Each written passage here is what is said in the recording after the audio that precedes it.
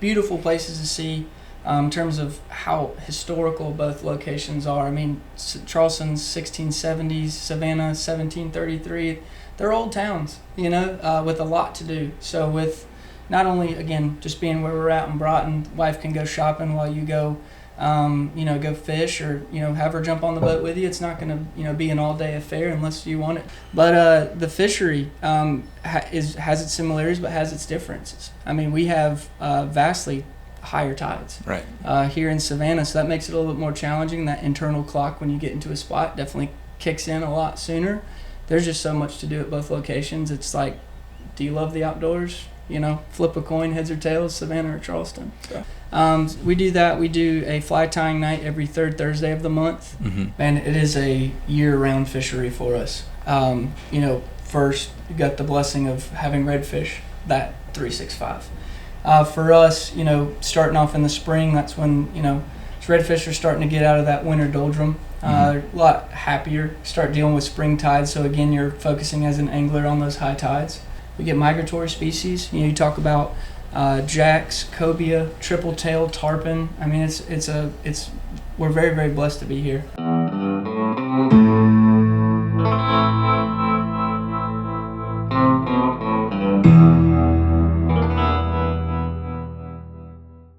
All right, guys, welcome to another episode of the Skiff Wanderer Podcast. I am Pete Capel. I'm your host, and this is actually the beginning of Volume 2 of the Lost and Wandering series, but Peter Jordan is not with me. He could not make it out with me to the East Coast, which brings me to where I am today. I am sitting in Rivers and Glen in Savannah, Georgia. This is one of two Rivers and Glens, which if you guys stay tuned to the series, we're going to check both of them out. And I am joined today by Brett and Kyler. So, guys, if you want to introduce yourselves and let us know where you grew up and how did you start fishing? Cool. Well, I grew up in Minneapolis, Minnesota. I was born in Kansas City, but moved up there pretty quick. That's where my father was from. Grew up on the lake. Every day I could when it wasn't frozen in Minnesota there. Definitely did ice fishing. Everyone was always asked, but played a lot of hockey. And my first thing, bass fishing there, it's great. Not as big a bass as you guys get down here. But we had the bass tour, and I don't remember if it was ESPN on Saturdays or Sundays like every morning, but I'd watch that, and I was going to be a bass pro. Specifically, I didn't really realize it till almost a couple days ago, thinking of this whole thing. It was just really for the fishing. I just wanted the gear and fishing, not necessarily anything about the pro part. But fly fishing with my family, a lot of them from Wisconsin, so a lot of the small streams there, got into it, but pretty basic, the fly rod in the closet kind of vibe. And I remember catching my first sunfish off the dock, and I was kind of hooked from there. So that's sort of my beginnings of fly fishing there, where I grew up. So how'd you end up in Savannah? So my wife's from North Georgia. We both met in Park City, Utah. I'm a little older than her, but we did the same program. Got out of college and dumped ourselves at her parents' place to ski and figure life out. She did a little bit more. She got the degree working to a little bit bigger scenario. I certainly run fly shops and things, and being a guide in my past, having some of that business knowledge and such. But she worked for a company there, stayed there that much longer, being a little younger. We ran into each other, and so happens a great family to be a part of. They got trout water up in North Georgia on the Sequoia, and they're big bird hunters, and that's how I ended up here. We were eventually going to move. She wanted to. I knew like a ski town is a wonderful place like Park City, but I wanted a little more rounded culture, and I wanted bigger fish and a little warmer. And your guide career. Yeah. Talk about that. Yeah, so I was there. That's what kept me there for so long. I was a huge skier. Eventually that's just slowed down. Definitely worked that industry in the wintertime. I would manage ski shops and do some stuff for some brands, tried to ski. And then, knew I couldn't get hurt with my guide season. That's what paid the bills, paid mortgages, day after day after day for all summer.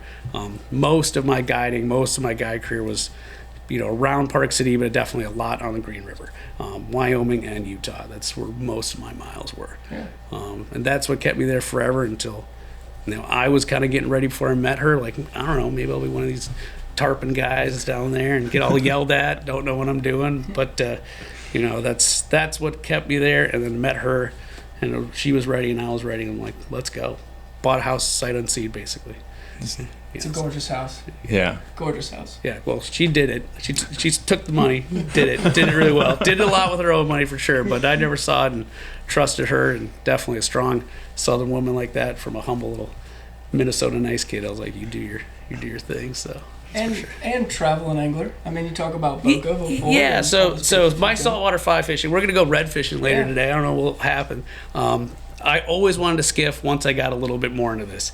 I saw tarpon fishing being almost 40 now and different saltwater, but we didn't have the outlets, to go see all this stuff. And it didn't really click, and I was honestly becoming a better angler and trying to figure out this whole thing and certainly guiding. And then I didn't realize, since I was a kid, since about 6 years old, I would go to Boca Grande.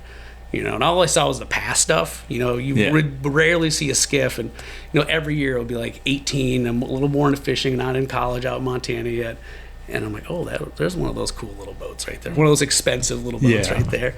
And then by the time I was deep into this thing, almost starting to act like I'm crusty when I'm not, being mid-20s, and then I'm like, well, high water, let's go tarpon fishing. So I'm not going to say I know anything about it, but it's definitely the thing I've done the most, is sat on the hook and waited. Wait. And that's my thing. So now I'm here. Kyle went down with us in June. He's like, what is this tide? 0.3 a day. And, I'm here. I'm like, I've never talked to a guide or myself thought about tides in the Gulf like that, where I fish the most. And now this is a whole cool puzzle to figure out. I love having that challenge. It's like when I first picked up a spey rod as a guiding for, 6 or 8 years. I was like, oh, if I could do this, it goes nowhere. So I'm like, all right, well, we'll figure it out, I guess. So it's one of the things I've always loved about fishing the East Coast is, you can go fish the Gulf for redfish, and it's pretty much like, if you know how to find them, you can find them. And then you come to the East Coast and it's like, oh, by the way, we're going to throw tides into the mix. Yeah. And you better know how to fish them on tides. And they're not in the same place all day, and they move around a bunch. And it's like, huh? Yeah. Well, my time in Texas, if there's 12 inches of water, something's going wrong. There's a hurricane or it's tsunami season, whatever it might be. But my few years in Houston, I did not pay attention to it as much, but it's funny. Yeah. Kyler, what's your story? Where did you grow up? How'd you get into fishing? So I'm kind of a product of being all over, I'll tell you. I was born in North Platte, Nebraska.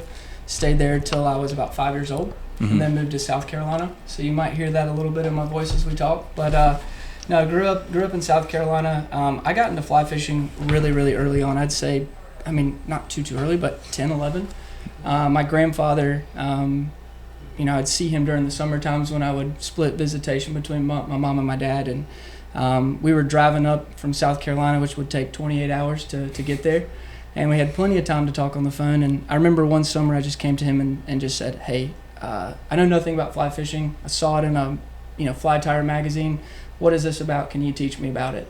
And he had a lot of time to prep because, again, we were in that car ride, but we went up there, and by the time I had gotten to Nebraska, he had converted one room in my grandmother's house, God bless her, with 8 tables and 8 different vices with ungodly amount of fly tying materials. So I actually came in it from a fly tire standpoint. Yeah. That whole summer for 2 weeks that I spent with them, we were tying our own flies, which were only dry flies. He is a dry fly fisherman. But we would use those flies, go to the home ponds in my home state, and catch red-eyed bass, largemouth, panfish of all different sorts. So that's kind of how I got started. He eventually, taught me how to cast and do all that, and it just went hand in hand. I'd say once I got to Charleston and grew up there, that was a whole baptism by fire because it's obviously completely different. Tides you had already mentioned, but obviously just a different fishery in and of itself. But growing up there was a blessing. You're so close to the coast, you could just jump in a buddy's boat or just go to the beach and stalk fish, and that was really cool. We were essentially getting our own meals from the ocean, whether it's shrimp, crab, and every now and then maybe catch a redfish and keep, but not very often. We more speckled trout you know? Than anything. But yeah, so from there, college, with that whole immersion sort of thing of being there in Charleston, that's when I got my first fly shop gig. I realized early that I enjoyed the bow of the boat way more than the back of the boat. And, I had a lot more talented guys that, I got to grow up with in that fishery. I don't want to name names because I'll always forget some people, but, Captain John Irwin in Charleston, Captain Harris Dudley as well. Harris is, one of my best friends. He and I went to Houston together and worked at a fly shop out there. And, I'm just very thankful for that. After at the Charleston Angler managing that store, the West Ashley location, I got the gig to manage Gordy and Sons, the fly fishing side of it. So I was out there for 2 years, loved it. Port O'Connor still to this day is my favorite place to fish on planet Earth for redfish alone, but you've got jacks and a host of other species, obviously. And from there, came back during the pandemic, got married. And, it was a great time to get married, let me tell you. Got married and then worked with Flyman Fishing Company and worked with Blaine Chocolate, Scotty Davis, and Martin Bowden, the owner of Flyman, to create essentially those proprietary materials, those flies as well, too. So I had one of, probably 6 or 7 different hats that I did at that job. Because it was, smaller operation, but we had. And he's not kidding about tying. He ties those flies, those changers. I'm like, we sell these things, right? Now he's working for him tying them. Those are addicting, I will say.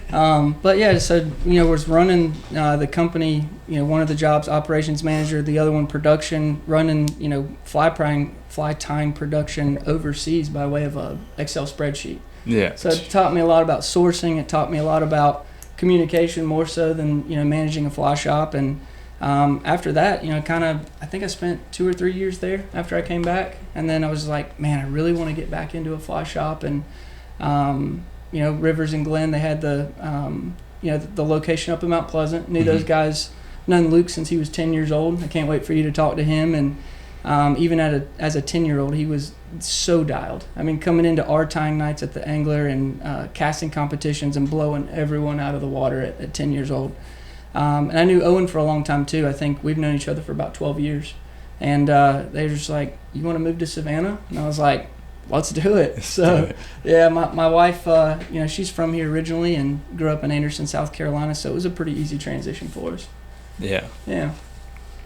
So that's how I got started. Like I said, more of a bowman and a businessman than a guide, but I love to fish, and I tell you, it's been really cool I'm going on my 13th year now in the industry, where it's, you've done so much, you've met a lot of great people, it's allowed you to do and see a lot of cool things, and I'm just blessed to be here, So you guys have the shop, you mentioned the shop up in Mount Pleasant, and as well as the one here. Yeah.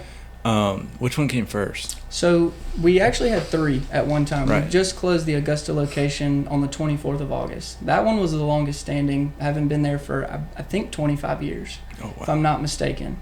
Walker didn't own it the whole time. He had bought it at some point, but it had been there for 25 years. Savannah was second. We've been in Savannah, I think, 12 going on 13 years, if I'm not mistaken. This is now our second location on the corner of Drayton and Broughton Street. We were literally, 200 yards down on Drayton, next to a bank. So this location, and about 30 years ago, that's when we did the full immersion, right? Built out a gun room. So instead of just doing hunting apparel, we were kind of a full service shop at that point with the guns that kind of made it well rounded. And then Mount Pleasant came in roughly around that time. So 3 years ago, when we did the transition down here, they were, building out that location up there. They started with guns right out of the gate. So it was kind of a cool thing to have a full service fly shop in that location. The Charleston Angler had closed down. Scotty's shop, Low Country Fly, that one closed down too. And Charleston, such a Renaissance community. It's very similar to Savannah. People just obviously love it. They live it, but they obviously love it. And so with that came the idea of obviously the owners wanting to put something in Charleston and in that market, and it's done really, really well. That's good. Yeah. If somebody was interested in, if they had to pick between Charleston and Savannah, which one? First off, we're just better looking down here. It's as simple as that. So, That's easy. Yeah. They're just different. They both have almost the same amount of inventory. There's some brands based on some relationships and things with other shops around, but I would say was this: they're going to be slightly more tackled based on square footage, and you'll see that. And here we're on Broughton Street. I call it just straight up Main Street all the time. I'm selling as many T-shirts sometimes in a day, and loving it. It's just relax, do that thing, and then it's a treat. When someone's like, "Oh, I'm going to Cuba," I'm like, "Let's go." Yeah. And that's a lot of fun, and so that's kind of the big difference. We're definitely not, just selling that, souvenirs and stuff like that by any means. People walk in and they go, "Oh wow, the gun room, and are there any more down the road like that?" I'm like, "No, man, this is it." So it's kind of special that way. Yeah. It's very, very cool. Like something you'd almost see at like a Jackson Hole, where you're just walking down and it's designer brands, and all of a sudden there's an outfitter or something like that, and they have guns. You're like, wow, this is kind of special. The main street that you guys are on, it has, like, if anybody's listening and they've been to King Street in Charleston, it's got that King Street vibe to it. It's very much the equivalent. Yeah. Go back to your question. That's a head in the heart sort of question for me, because Charleston is home. It definitely always will be. Against where I grew up, but I don't know, man. I mean, huge similarities, right? Mm-hmm. I mean, you've got a great downtown scene in both locations. Amazing food at both. Although I will say Charleston punches. It punches. I love it. My wife and I are big foodies, but the fishery has its similarities, but has its differences. I mean, we have vastly higher tides here in Savannah, so that makes it a little bit more challenging. That internal clock when you get into a spot definitely kicks in a lot sooner, although it does there too. But yeah, man, it's like Brett was saying, more in the makeup of, I guess, the store.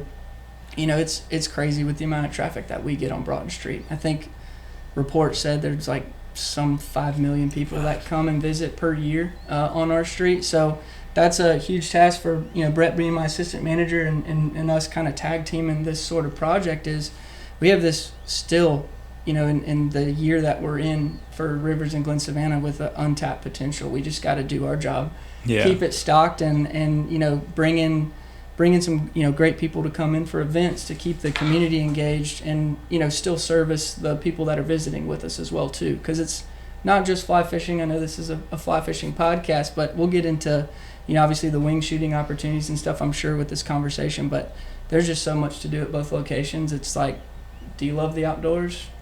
Flip a coin, heads or tails, Savannah or Charleston. So. What are some of the events? Like, do you guys do like a monthly fly tie-in? Like, what are some of the events if somebody was like in the area and they're like, man, like, I want something to do fly fishing related? That's a great question, because that's kind of the backbone of what we do. Our events fluctuate throughout the year. Our staples, though, will be more of the education-driven ones, like you just mentioned, like fly casting lessons, which we do at the beautiful Oglethorpe Park, just literally 20 seconds right here. You got Spanish moss draped all over, and it's a pretty cool backdrop.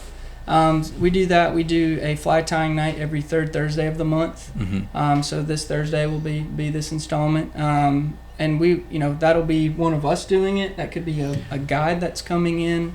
I can let Brett talk a little bit more about the conservation and all that stuff that we do as well too. I mean, we're always trying to link up with whatever groups that seem to associate with like our vision, and that doesn't mean necessarily maybe some different views from one group or another. But we do stuff with Ducks Unlimited, Quail Forever, Woodcock Society, Rough Grouse Woodcock Society. Yeah. Essentially, that was kind of a big thing that we try to take over quite a bit. Both being more or less sort of newer to the company. So getting basically fighting against Broughton Street. It's a tough thing when it's got all these tourists and different things like that, and it's busy. But we have the square footage. Those T-shirts and things like that help me keep the doors open for really cool stuff like travel in the future or whatever it may be, new rods, new reels, and bringing the folks in the community here. Like I did a intro to dog training little clinic. We didn't make really any dollars on this thing at all, but I had a connection to do it, and I was so excited when I was taking names down. It was maybe, I think, about a dozen people or so, and I asked these two guys, so what kind of dog are you bringing? What's the deal? Like, we don't have any dogs. We're just excited to like learn this thing. I was like, that's what I'm talking about. Yeah. And I hope they come in. I hope they come through the register. But you know what? to me, very much so, always thinking of the stoke and being the guy that likes to be.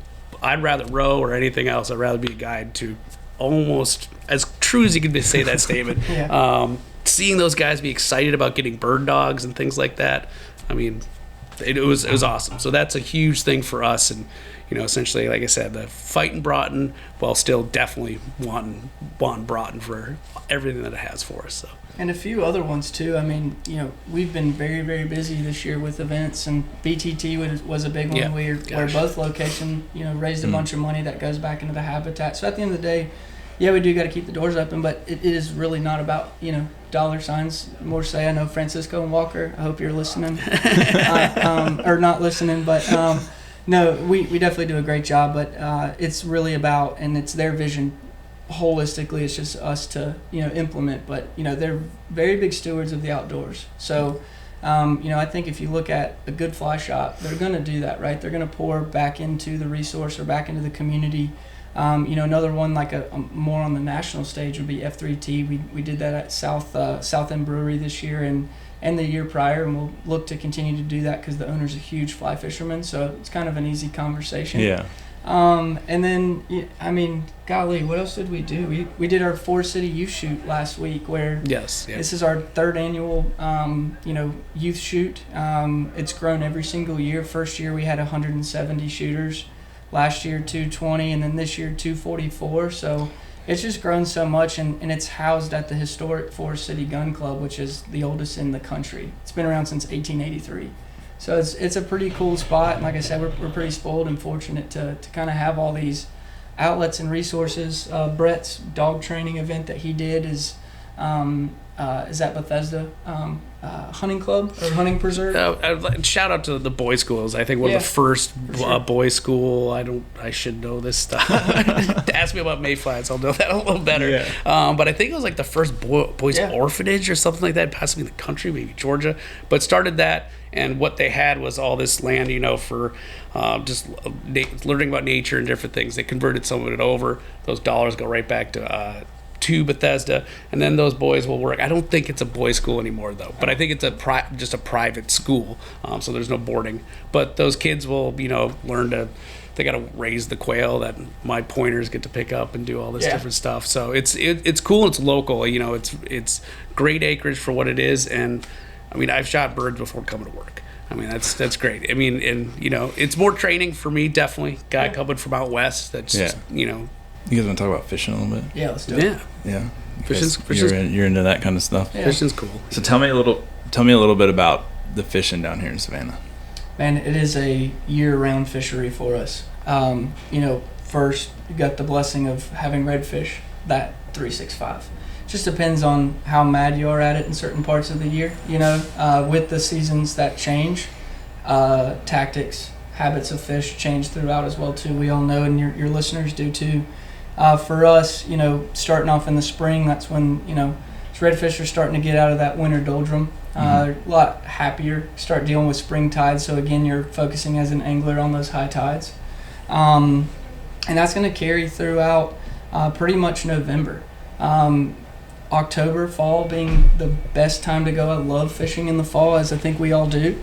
But yeah, it's amazing around here, man. Our high tides can be as tall as 8 feet on normal, can go as low as it does. And with that amount of moving water, one thing that we always stress is go check it out on low tide, because the depositional environment below you is going to change. And especially if you're here a long time, or if you're a resident and you're just getting into the sport, it's going to change from 1 to 2 years, if not 1 to 5 years. So knowing how to be safe is another thing, especially in that boat. But yeah, it's amazing. The forage species during the warmer months, like your crabs, your shrimp, your bait fish, it's very, very plentiful. So it's very awesome fishing here. Again, just got to be mindful of the tides. Winter, they'll start grouping together, clear water, which is good because our water is chocolate milk, tea, whatever it might be. It's got some extra sugar in it, but it's still fun. You might get that one huge school of fish where you might have one shot, and if you don't make it count, then hey, you might need to go find a different school. But it's a lot of fun. And throughout the rest of the year, we get migratory species. You talk about jacks, cobia, triple tail, tarpon. I mean, we're very, very blessed to be here. The tarpon research that's going on right now, especially on the Georgia coast, is something, again, while we partner with BTT, and common message is, they're not just our fish. We might think that because they always show up, when they do, but, June, July, August, maybe some people would even argue May, that it's just an amazing thing. A lot of guys here, because of the visibility, won't focus too much on sight casting. You might definitely see rollers or signs of those fish, but we're using technology for the most part too to kind of help us locate these fish within the creek systems. But oh man, I mean, even to the north of us, just to give a shout out to our neighbors to the north, we've got a very healthy fishery on the Broad River where we do a cobia tournament every year. Not us, but there is one, and I've participated in that the past 4 years. It's an amazing fishery. I'm glad that it's finally being protected, or at least it has been for the past, 5 to 8 years. But we get a little bit of that down here too. We're not too far from that. You got guys, again, targeting triple tail and jacks, and I'm sure being a Corpus guy, you've done the jack fishing in Port A or Port O'Connor. It's been attempts. Yeah. It's so busy now that it's a lot harder. It's not controlled chaos. It's just chaotic. This is the jack guy. When someone comes in, do you know anything about jacks? So I was like, I do a little bit, but this guy's obsessed. My favorite fish. If I could go, after it year in, year out, I probably would, or year round, but. No, it's amazing. It's a lot different there too, because it's you're looking for those signs, looking for those birds working, or seeing them kind of come up and feed, and you're combat fishing. You're getting up on the motor, going to track them, and then coming back. But outside of saltwater, we're talking about a lot about that for sure. But Georgia is a great place to be for all the other stuff too. I mean, our freshwater fishery, our old shop in Augusta, the upper Savannah River, is pretty much goes through Augusta. So I was on a trip earlier this year, did 5 different bass species on one float for 3 hours, which was super cool. You got your Bartrams, your largemouth, your smallmouth. I had a bluegill on there that I thought was big, was a smallmouth. Yeah. It was a complete toad. But you'll get all that, man. And then we've got North Georgia, and that's where Brett's wife's from, is North Georgia mountains, and it's all right there. So it's pretty cool. Do you guys get here in Savannah? Do you guys get stripers coming into the estuary? My father-in-law will swear we do. We do. My father-in-law swears that he has spots that you can do, red drum, largemouth, and striper all in the same one. I've seen pictures, so I do definitely agree that they do come up here. It's nothing like you would see in the Northeast, though, or even what I've fished in Roanoke Rapids with a buddy of mine, John Smolko, and we've done crazy numbers up in North Carolina when they get up into the estuaries to breed and spawn, and it's nothing like that. Yeah. But they're definitely here. I gotcha. Yeah.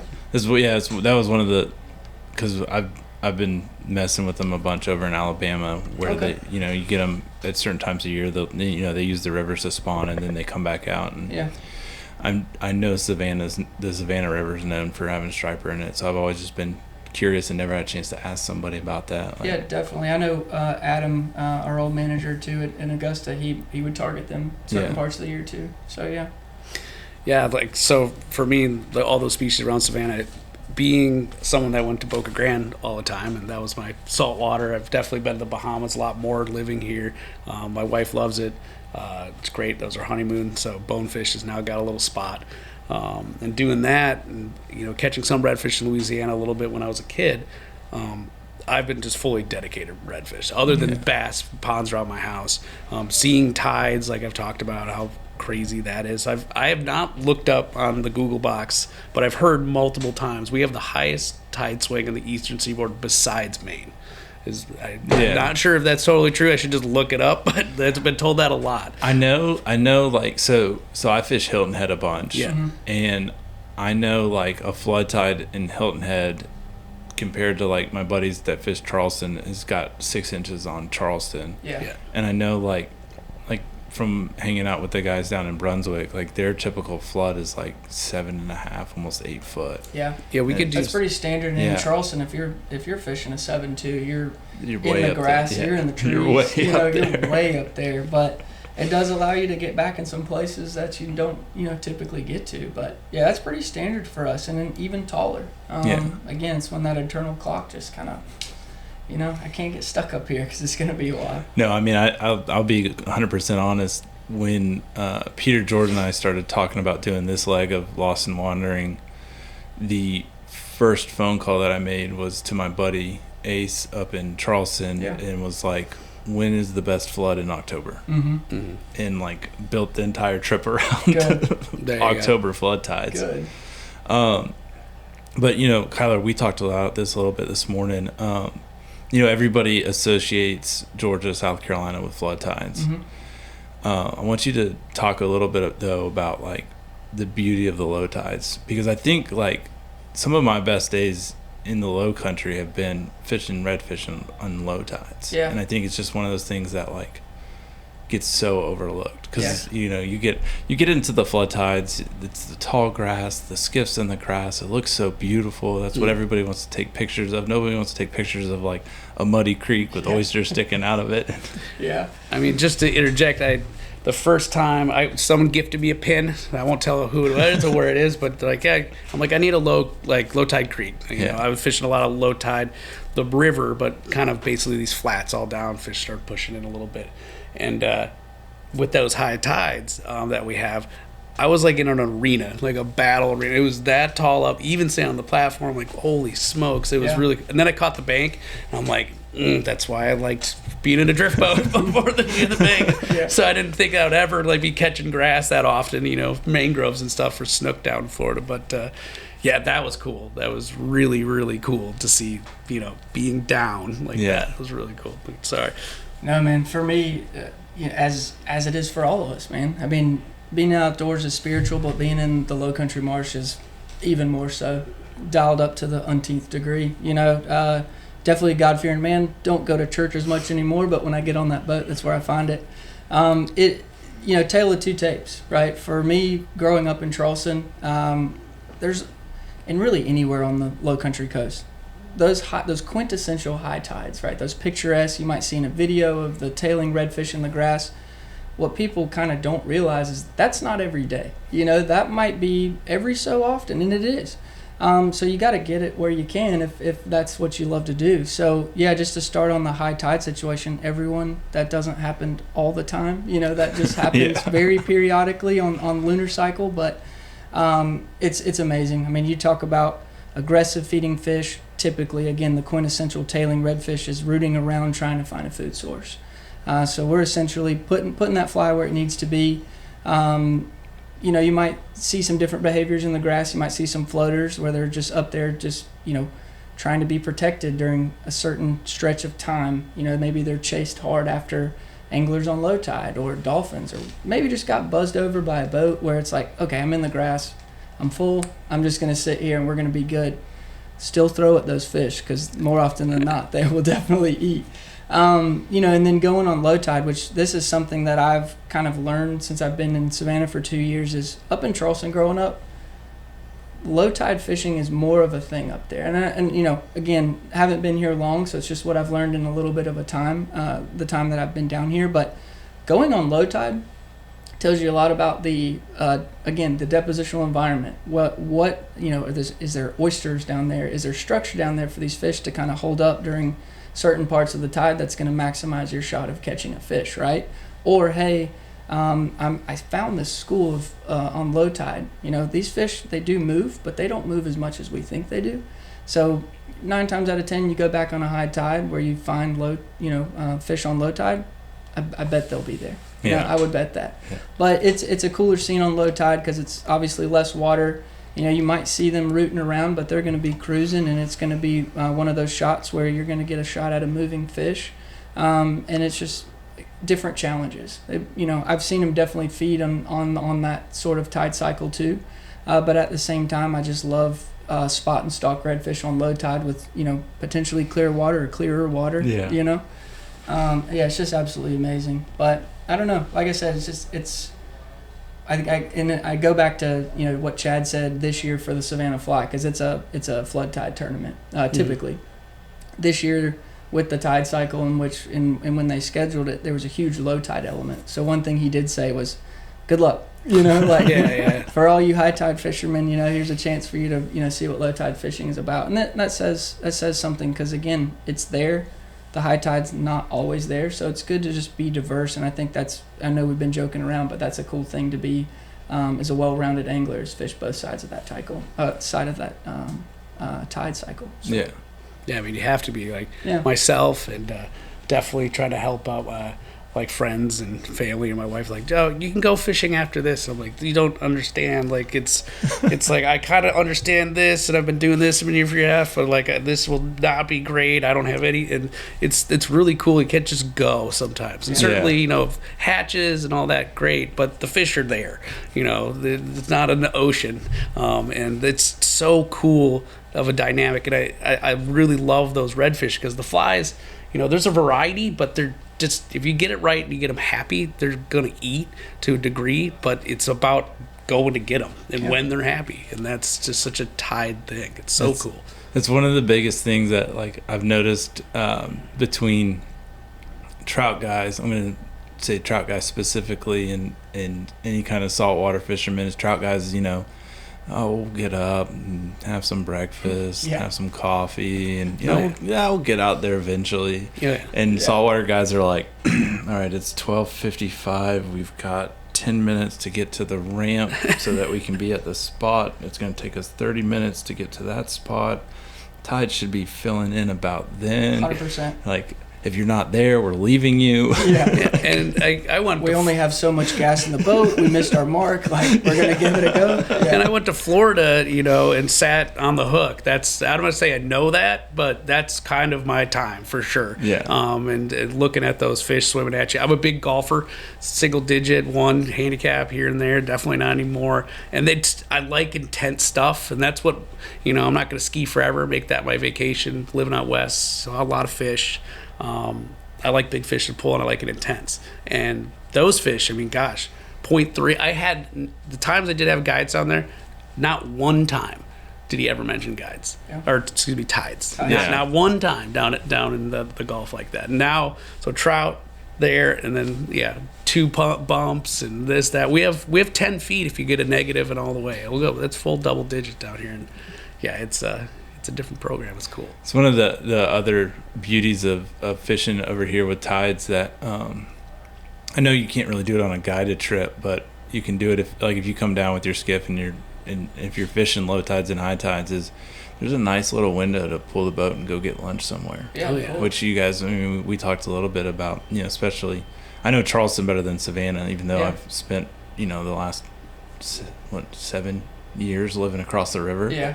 But there's so many good places that you can pull the skiff, go get some really good food. For sure. Good food, a lot of cool beaches you cannot get to unless you got a boat. Or swim really hard, but that's a really cool spot to go, for sure. So. And to go deeper into that, I mean, it really speaks to the city of Savannah as well as Charleston. I mean, again, both sister cities very close with each other.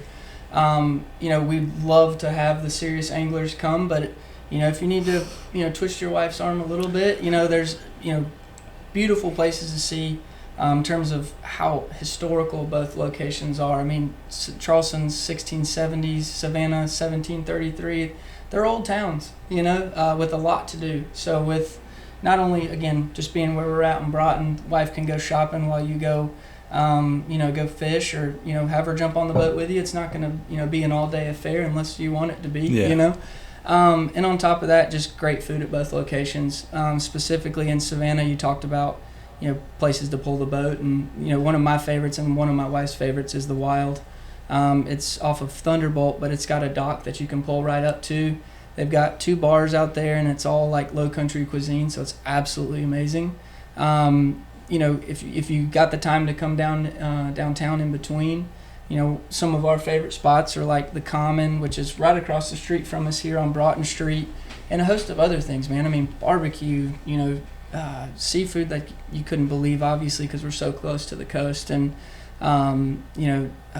Thai, Asian. There's great sushi restaurants around here, and then of course the nightlife scene. You're going to get that at both locations, but some amazing rooftop breweries that are bars and breweries that you can catch that sunset if you're not on the water. And like I said, there's just a ton to do in this area.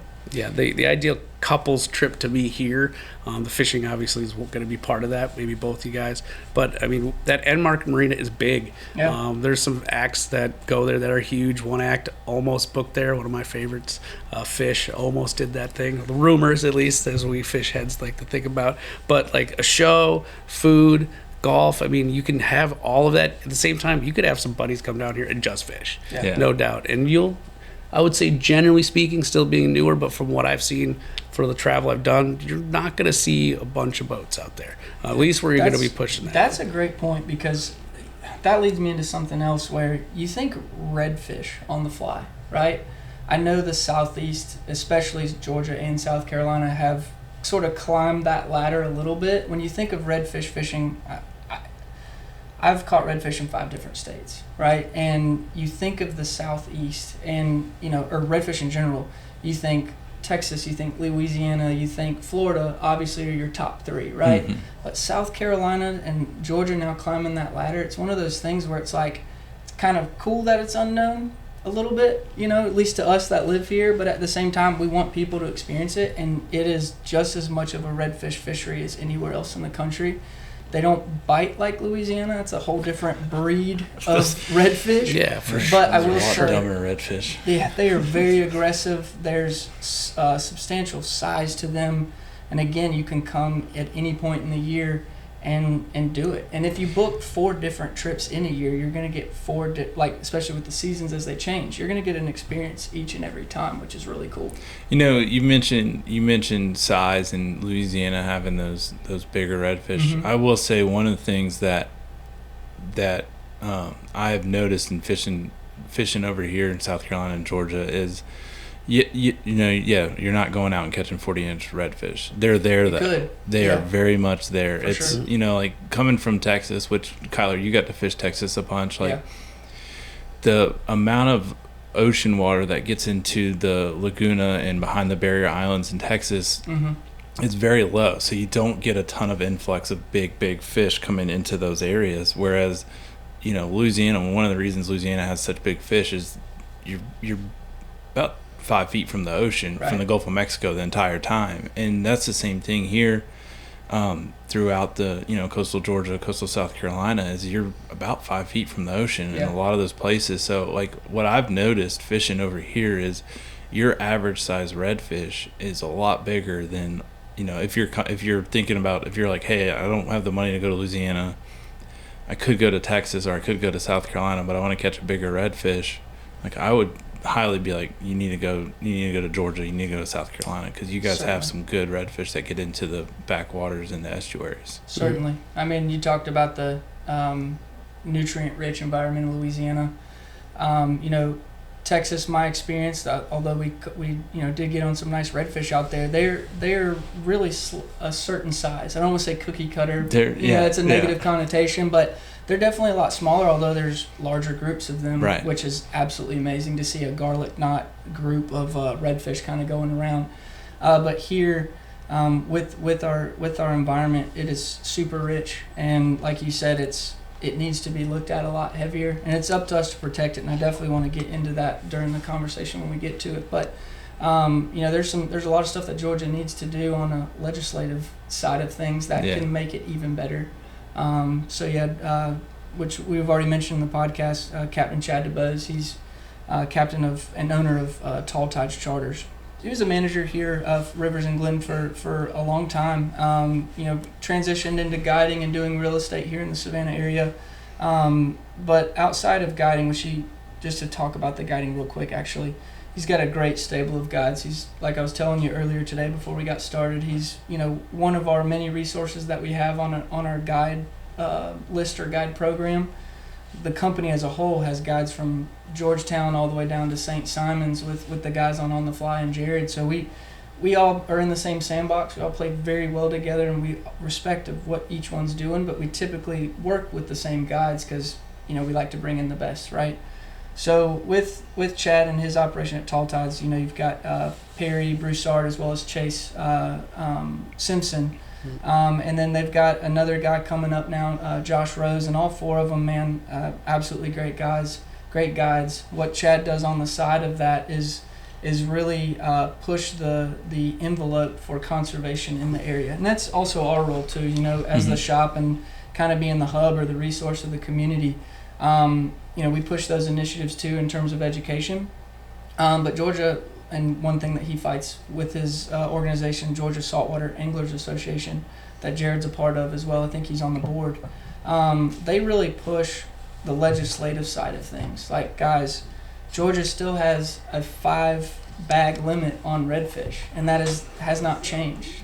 Our slot sizes are from 14 inches to 23 inches, which, reducing the bag limit is one thing, but making that gap for keepers a little bit shorter as well too, it goes a long way with the overall health of a fishery. When I was in Texas, I met a Texas DNR retired officer who's, for 30 years, his one job was to essentially transport redfish from the Texas coast to the marsh systems like Port O'Connor, release them, and then basically fish for them and see how they grew and how they were doing.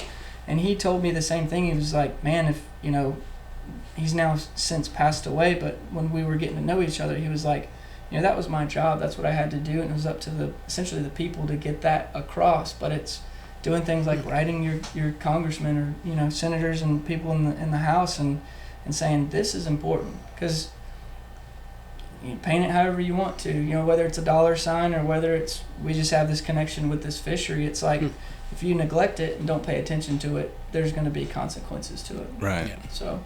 Yeah, I know Jared and I have been talking about it for a long time. We did a podcast, and I'm sure when I'm podcasting with him again, I'm sure we'll talk about it some more. Because you guys have caught a lot of headwind trying to get things changed. Red tape. Yeah. What's like for everyone that has heard that one and what's like kind of an update, like where are you guys at with? So obviously we have an election coming up. I'm sure everyone knows about that one, but there's other people on the ticket as well that, especially with anyone on the presidential side, it's like, do your research, see what's been done with the people that have been in office, and see what's going on, but or what they want to do in the future. Promises are promises, but it's once it gets across the finish line, But really, that's all that we do is encourage. Encourage through education, right? Like say, hey, this is what the climate is. Obviously, you see where other states are to our north, and in our south, it's vastly different, and both are doing pretty darn well. So. They're like, there's that. And then on the very minimum part of things where, we recycle fly line. We have a guy who's from Texas, actually, his name's Kevin, who now lives in Savannah, and he'll make these bracelets where it's a $10 donation to GSAA, and that goes to them to essentially to help fight sort of this uphill climb that we have. So it's more centered in education and just awareness. But in bare minimum, if it's a financial thing, like we do things, we don't take any money in from that. It's 100% donation where it helps Chad kind of do his thing on his platform, which is really cool. Yeah. That is really cool. Yeah. There's some other stuff in the works. Yeah. That I probably shouldn't talk about. We'll let them talk about it. Yeah, there's some other things in the works, I'm sure. Yes. Yeah. Yes. Jared and I have some stuff in the works with the coffee company. Well, good, man. So, and try honestly, to help you guys out. Honestly, that more people need to see and recognize that, because there's value in partnering up. It's very hard for one singular voice to get a message across, but when it's collective, it's a little bit harder to ignore. No, that's one of the so like when it comes to conservation, one of my mentors, how I've been able to use him as a mentor, I don't know, but it just lucked out, has been Benny Blanco. Oh, yeah. And Benny's whole mindset is, one coast, one community. And I mean, I know he's shown up to meetings for you guys. He's flown out. He's dropped guide trips to come out to Texas to meet for meetings for us. And I think it's just, like you said, these redfish don't move a lot, but they do move. So, there's not a border wall keeping them from going over to South Carolina sure. or the South Carolina fish coming across. So, I mean, especially like anybody that's living, in Jacksonville or Bluffton or Hilton Head, like, you need to pay attention to what's going on the other side of that border, because that does affect what's happening in your waters, because those fish do move. For sure. Yeah. That's a great example of a mentor you have. Golly. Super successful at what he does. I know everything that I've seen that he's done with BTT has been absolutely amazing. So that's kudos. No, I that's mean, a great person to have. and he's really helped in just pushing me to do more of talking to people and trying to be a voice outside of Texas, because it's crazy, because you look at Texas. I mean, you fish there, like this might sound bad. I don't really know what the limits are in Texas, because I don't keep fish that often. I was just gonna lead into that. I mean, I don't. We sometimes fly fishermen, including ourselves, put us on this little pedestal or whatever, but I don't think there's anything more that makes you not take fish. It's like, by the time you're like, I just want to catch one, I want to catch a big one, I want to catch a bunch, and then you're eventually like, gosh, it's just like how hard it is to finally get to a level. I mean, I've remember as a kid, snook tastes great, redfish taste great, but as soon as I started fishing for them, I was like, no.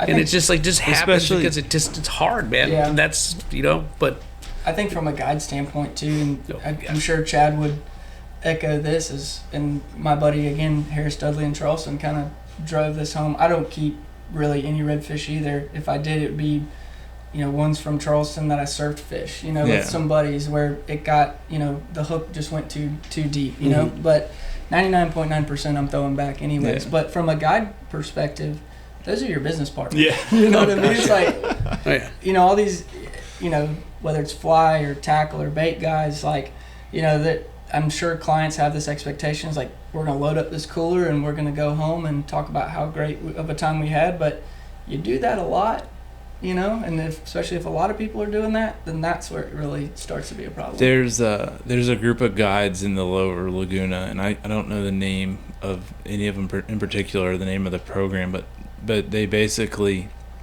they've all agreed to do this together. And if you book a multi-day trip with any of them, what they'll do is if you agree to, hey, we'll keep your limit one day and the other 2 days we're just going to fish, they'll like cut the price on their guide trips just to try to help. And I mean, obviously, I guess it's working out for them. But it's, it's one of those ideas like, like you come down, you spend a lot of money to use a guide, and like you want to keep some fish to bring home, like, great, but like, do you need 4 days worth of, what is that, like 4 people in Georgia fishing for redfish for 4 days? That's 20 fish a day, 80 fish for 4 days. Like, you gonna eat all that? Man, the biggest enemy to a fish is a freezer. So totally get that. But again, I think what's really cool is it's kind of gravitating around the fly community being those stewards of catch and release, which I absolutely love. It's like, it's us. So it's a pretty cool thing. So we are actually getting ready to hit the water in a little bit. And kind of walk me through a little bit, like what you guys, so I know this will come out a few months after recording, but so just so anybody listening, right now it's October, it's flood tide season. Just walk me through a little bit, like if I was just somebody coming in from out of town, wanted to fish with you guys, walk me through a little bit, like what gear do I need to bring? What's the game plan for the day? Any kind of equipment, rods, reels, flies, sunglasses. Great question. And I'll do the gear if you want to take over the program of what's happening later, if that works. I'll just put a little shout out to Hatch Reels, being on the pro staff still. It's probably coming. The reel to fish, but now being down here, there's a lot of good stuff too. But you're the gear guy for sure. I tell the stories. I'm a gear junkie. But no, I think it's very similar to other parts of the U.S. where you target redfish. It depends on the angler's preferences in terms of rod selection. 8's kind of the main staple for sure, but might need a 9, and on a windier day, if you like ultralight tackle, bumping down to a 7 as long as you know how to fight fish and get them revived and back in the water pretty quickly. So 7 through 9 weight, 8 being the preferred, just kind of what we push. And then looking at weight forward floating lines, right? Standard weight forward floating line is pretty much anything you need. We stock typically Scientific Angler and Rio. Rod category, as you saw earlier today as you were walking through the shops, our top two, G Loomis and Sage, but we've gotten a lot of new brands with Winston in that Air 2 that we just brought in. Hardy and Orvis we do really well with as well. So brand wise, your preference, different strokes for different folks. I don't want to put a rod in your hand that might not work, and vice versa. That's not what this whole program's about. But weight forward floating line with a pretty aggressive head from Scientific Angler Rio typically does the job for us. Leader length, and you can play with this if you like to construct your own leaders, but in terms of overall length, 9 foot will get the job done. You could definitely fish shorter, but 9 foot just kind of gives you a fresh length to go through that tide cycle, because you could cut, retie, and kind of try different things. For high tide, specifically fly characteristics, I love obviously heavy weighted flies, whether it's large dumbbell to get it down in that vision of that fish, medium if it gets the job done, or you can lead them far enough to where they're cruising and kind of intercept that. Golly, it just depends on water clarity. If it's right now if it's super dark and very tanniny, then I love throwing flash. I'm a big proponent of, in my tying, doing contrasting colors. So if they're not keyed in on one, they're keyed in on another, and they don't lose sight of that fly. So if it's really, really muddy, I'm throwing something very bright, almost like a gold or a copper mylar, to a black and purple. Again, that contrast. If it's lighter, we'll get into that too, because there's definitely some debate whether light water, light fly, but I love throwing black in that too. It's really, really, really kind of versatile color scheme. One thing I know Brett would want me to stress is, reels and types of reels. Obviously he said hatch. We do really well with in stock Nautilus and Tibor, Hardy, Orvis as well too. But the categories, Ross, another good one. Little trout guy there. Bauer. But no Bauer yet. No we haven't yet. gone down that road yet, but we'll see. But I've got one for you guys to play with today. Heck yeah, that's awesome. And really just making sure your drag is robust for stopping power, but more importantly, come to us to get one and or have one ready. Seal drag. Yeah. Seal drag will buy once, cry once, as Brett always says, and just know that your gear is going to be, the same years down the line. I mean, my first saltwater reel that I bought when I moved to Charleston, it's probably 15 years old, and I still fish it. Yeah. That's your barrier to entry to a lot of new folks is, you can get a $250, $350 entry rod from these manufacturers, and they're warranted for life, but you really can't get down that low compared to a non-sealed drag from any of these manufacturers versus a sealed drag saltwater. But the way I look at it is that reel, when you got your 8-weight that's okay, in your opinion, whatever it is, but you're out fishing, that's better than nothing, that reel's going on to that new fancy 8-weight. For sure. And definitely after being in the boat with a lot of folks and teaching this whole thing, teaching casting, I know Kyler does casting lesson stuff right out of the shop. I can't tell you how many times I watched a lot of people cast brand new rods, and they're very stiff these days, and they can't bend them. I always tell people, I'm not joking when I go like that IMX, $595 versus the Asquith or something like that. Don't get me wrong, when you can handle that Asquith, she's gonna launch. Yeah. But that IMX, when you're new, if you have no feel, then you have no feel with a very stiff rod. And given a rod that has more feel, and then you're just building the story. You have your next rod. Would you get an 8-weight? What's get you for it's windy? Let's go to that next step up. Things like that. And it's that barrier entry of the reel is tough, but trust guys, it's what you need. It's gonna last forever. And you know what? That thing, God willing, might be passed down to the next little angler out there, or something like that. And just to round out that conversation, it depends on when you're coming, to fish, but clothing, just be comfortable. Yeah. If it's hot out, light skiff pants, sun shirt, just to keep that July and August sun off of you. That's gonna go a long ways to enjoying your time out there. Glasses, really what I fish and have fished in like the style of waters that I have, that, you know, amber based lens with a polarized mirror on the exterior is going to do you 90% of the time. Again, just get one that fits your face and doesn't have light coming in on the side or secondary light bouncing off of the water, which is that reflective lens on the outside. And then low light situations like early morning, late afternoon, or just an overcast day, going and doing a low light igniter lens, specifically from like Smith is what comes to mind, but something with a yellow lens or maybe a violet where it lets light in instead of blocking. When you have those two things, I mean, your eyes are everything when you're spotting and stalking fish. So it's like that'd be something that's probably just as important as your fly rod. Yeah, if there's any guys out there that are, you know, pretty dialed, they get their gear heads. If you don't have that yellow lens yet, like, if you don't have that pro, you're like, you know, dude, don't get the next rod or whatever you want. Go get that thing. You gotta see these fish, man. Yeah. And or best you can, and any fish, all these scenarios. And that's, if you don't have that yellow, go, or whatever it may be, red sometimes, like pinkish, but whatever it is, go get that thing. It's a game changer for sure. I've started telling people, like, if you're gonna fish salt, you need 2 pairs of sunglasses. Yeah. Well, I'm gonna dump one off my head eventually. Well, there's that's too. It's gonna be that. So maybe 3. So maybe 3. But yeah, it's pretty low bare bones to in terms of gear. It's just, you know, just making sure you're prepared for every situation. Rain gear, if that's in the forecast, just make sure you're ready to go, because once there's, again, going back to the time that we have to capture these fish, right, or target these fish, just have everything ready to roll. Yeah. But to speak on, I guess, what we're getting into tonight. Fishing. Well, you know, it's a seasoned vet, grew up down in the south here, pulling a boat around. So total opposite.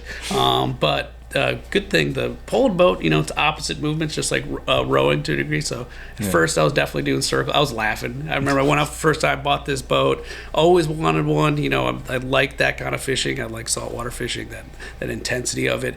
And I went up there, and you know what these guys told me, yeah, just to get on the platform by yourself, put the bucket down, and pull around, and you can maybe go catch fish. I'm just like, got up there, ripped a bunch of line off. I'm like, this is hilarious. Like, I thought I had a chance to actually move that boat around.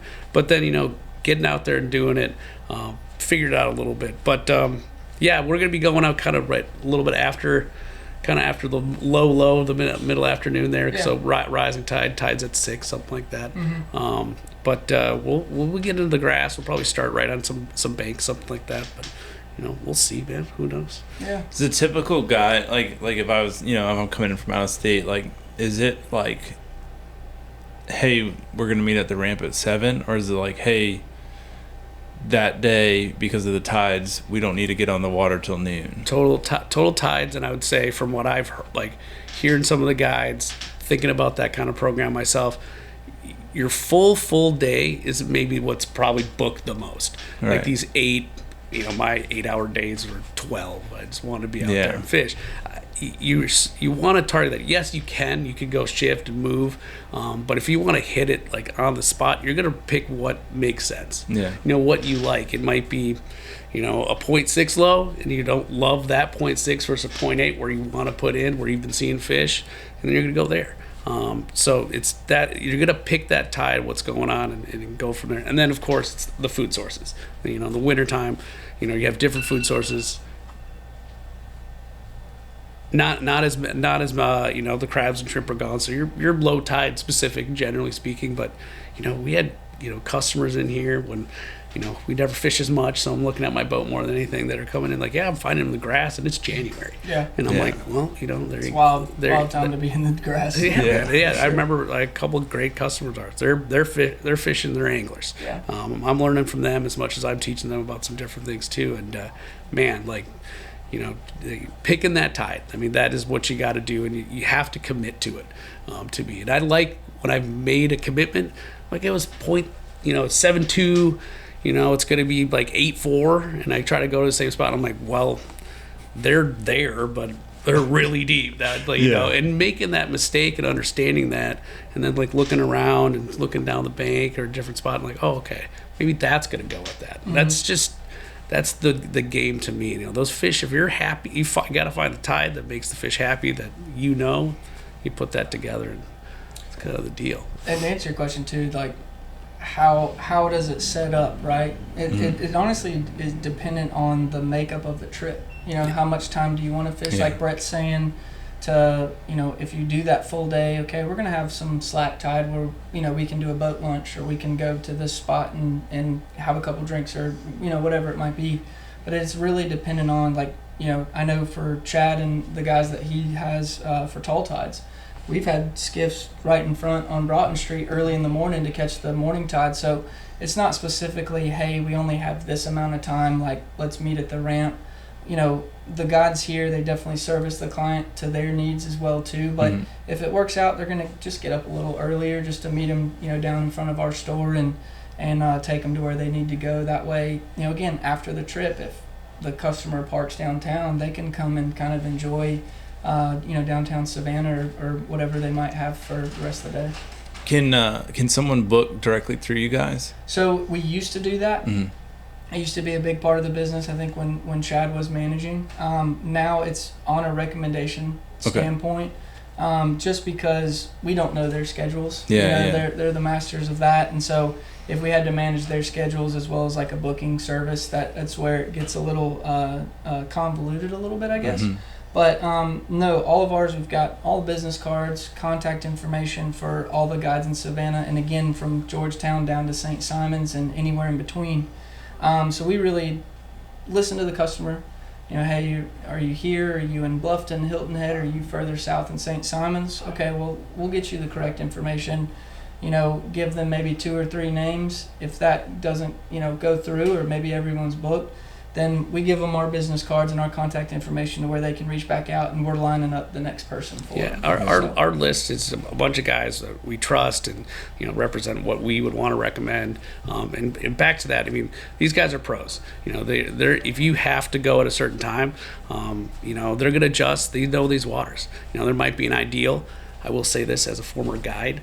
When he goes, I want to go at 10. There's a usually a reason they want to go at 10. Yeah. And if you can make that happen versus, just a dinner reservation, other than maybe a wedding is a little different story. Trust your guide. I would say that. And then it's always his fault, so don't worry about that. So if somebody wants to check out the fly shop, how do they find you guys? Man, that's a great question. Yeah, I'm glad we're getting into it, because we've done a lot, I will say, in the past year to where the business has completely evolved. The crop of, not just myself and Brett, because again, I've only been here for about 2 years. Brett's been here for a little over a year. We've got one guy that is seasonal, 6 months on, 6 months off, does some guiding in Montana, but that crew up in Charleston's been together for quite some time. And we've evolved as we've gone, right, as any good business would do. So a lot of the things that we're doing in terms of raising awareness, right, we've already talked about the events. That's going to be first and foremost just for our local community, as well as people that are visiting Savannah. But we have our presence on social media. So Instagram being kind of the, I guess, most popular these days. I don't have Facebook anymore, so maybe Facebook's still popular. But at the same time, we have a huge marketing component of this business, right? Where we sign up for newsletters, or have folks sign up for newsletters. There's perks in doing that. It's not just for us to bother you and you to unsubscribe. We have a loyalty program. For every $1 you spend, you get towards discounts that don't expire. So, this time of year, people throughout the year come shop with us, and then come Christmas time for Christmas presents. That's another way. But they get a lot of information, very valuable information through those emails, whether it's new product launches, whether it's events that we have, or initiatives that we're doing, or again tournaments, whatever it might be. We have 2 websites now, so we're sort of we've grown into this omni-channel business to where riversandglen.com is everything for the shop outside of the gun side. So now we have Rivers and Glen Guns, which all is monitored and kind of flows into each other, being that omnipresence. So you're not going to have a different shopping experience coming to Savannah than turning around and going to Charleston, or vice versa.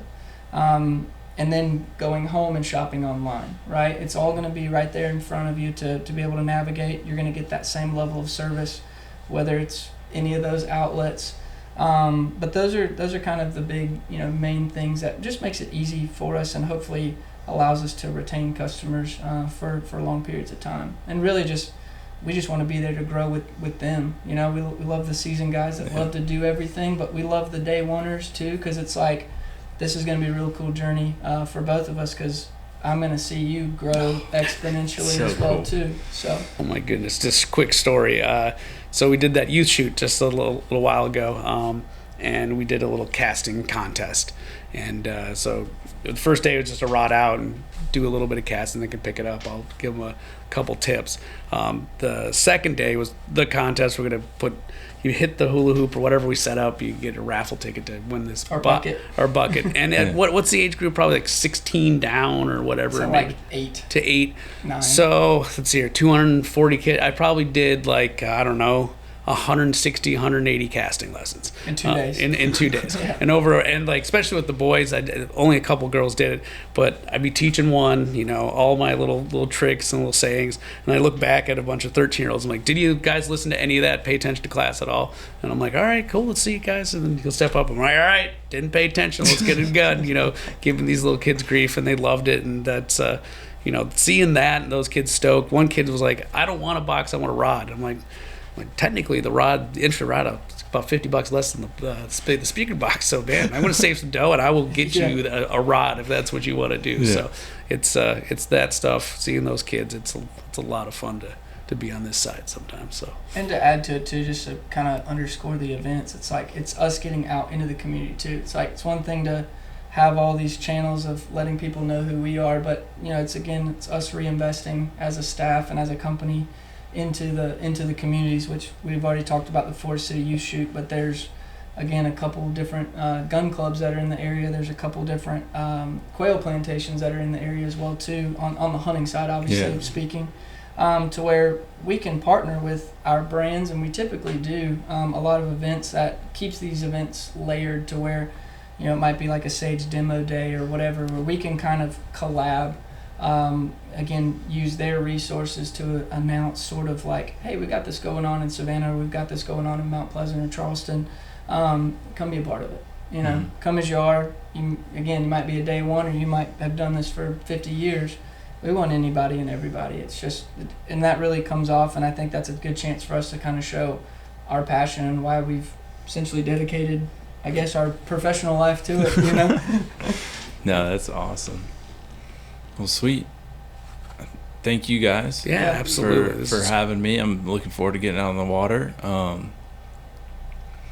One more time, Instagram handle and website. Yes. So for the e-commerce side of things, the regular website is just riversandglen.com. Mm-hmm. The gun website, if you want to check that out, we just launched it 1st of July of this year. So it's really, really new, but really cool. Definitely take a look at it. It's very neatly organized, which is great for my brain as being in management. But that one is riversandglenguns.com. Okay. And then if you do a general search for, again, Rivers and Glen on Instagram, it's going to pop right up. Yep. That's managed by Luke, who's, again, absolute star. But it's where you'd want to go for essentially like customer shout outs, or hey, this is what our customers are doing out in nature, to new product launches, to events that we have hosted, or again just really anything that we're doing. Sweet. Yeah. Well, yeah. Thank you guys so much. If you guys for all you guys listening, if you're watching on YouTube, hit like, hit subscribe. If you're listening on Spotify or any of the other podcast channels, if you could go leave a 5-star review. And as always, if you enjoyed this, share it with your friends. If you didn't enjoy it, share it with your enemies. Pete, we just want to say thank you so much for having us, man. We're looking forward to getting you out there and kind of showing you our corner of the world. So thanks again. Folks, come on down to us. You can walk in with a drink from the bar. That is a unique factor. I remember with Kyler, you're telling me like, watch out for people with drinks. I'm like, oh, okay, just think of water bottles. Then it was my first we got an open container. Downtown. First Saturday, I'm watching guys. I'm like, that's a beer. That's a cocktail. Can I go to the gun room? I'm like, just put that there, and then we'll go. But I mean, man, so go enjoy Savannah, go catch some fish, and go do some shopping, go catch a game, and walk on down and with a cocktail in hand, buy a fly rod or something. So great closure. Yeah. All right.